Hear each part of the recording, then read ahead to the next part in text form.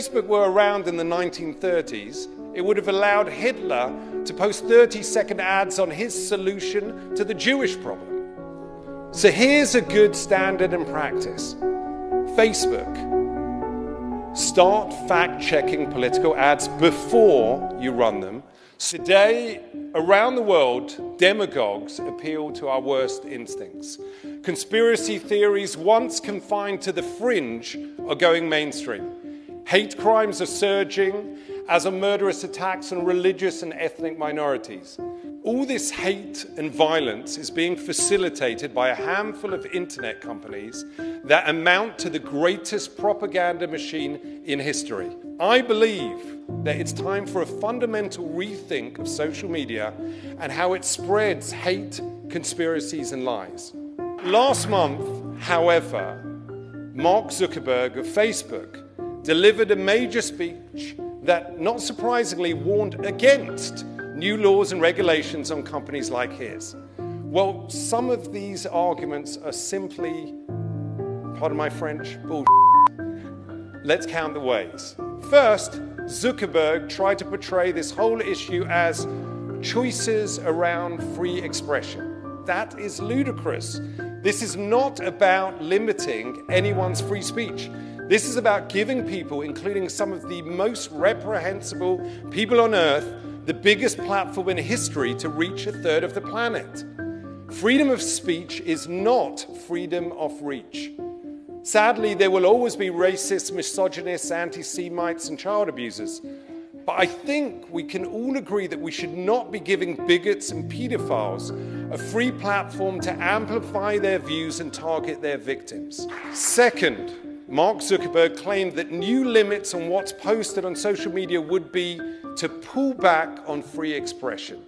This is utter nonsense. We're not asking these companies to determine the boundaries of free speech across society. We just want them to be responsible on their platforms. Third, Mark Zuckerberg seemed to equate regulation of companies like his to the actions of the most repressive societies. Incredible. This from one of the 6 people who decide what information so much of the world sees. Here's an idea.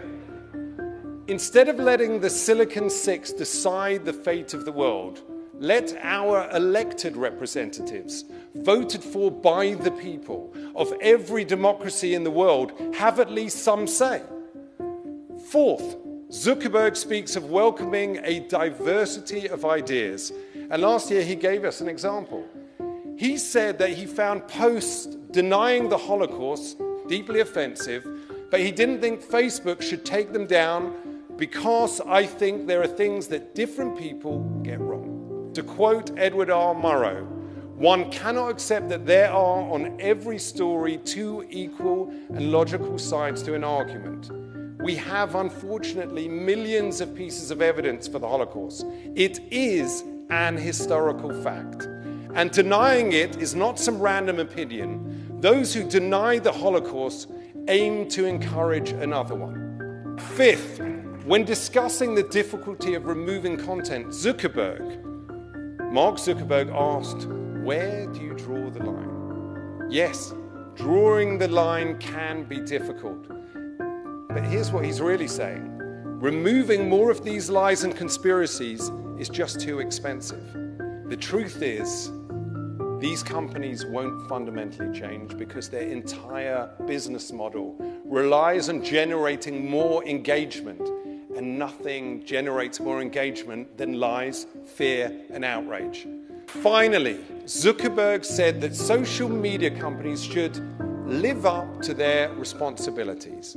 But he's totally silent about what should happen when they don't. By now, it's pretty clear they cannot be trusted to regulate themselves. As with the Industrial Revolution, it's time for regulation and legislation to curb the greed of these high-tech robber barons.